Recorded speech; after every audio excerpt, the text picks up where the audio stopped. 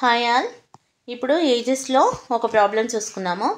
AB వయసులో మొత్తం 24 సంవత్సరాలు, ఏ వయసు బి వయసుకు 3 రెట్లు అయినా ఏ వయసు ఎంత?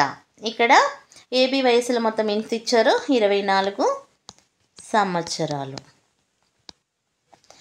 ఏ వయస్సు బి వయసుకు 3 రెట్లు అంట. అంటే బి వయసు వచ్చేసి 1 టైం ఉంటే ఏ వచ్చేసి 3 టైమ్స్ ఉంటుంది.